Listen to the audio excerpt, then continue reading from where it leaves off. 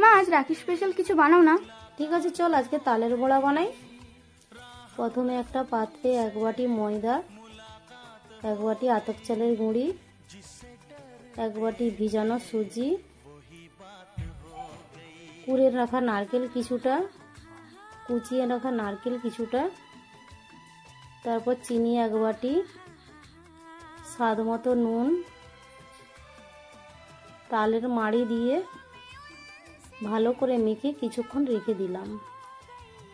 তারপর কড়াইতে তেল দিয়ে ভালো করে গরম করে একটা একটা করে তালের বড়াগুলি ছেড়ে দিলাম। তারপর একটা খুন্তির সাহায্যে উল্টে পাল্টে ভালো করে ভেজে নিয়ে তুলে নিলাম। এইভাবে আমাদের তালের বড়া রেডি। দেখ তো খেয়ে কেমন হয়েছে মানা?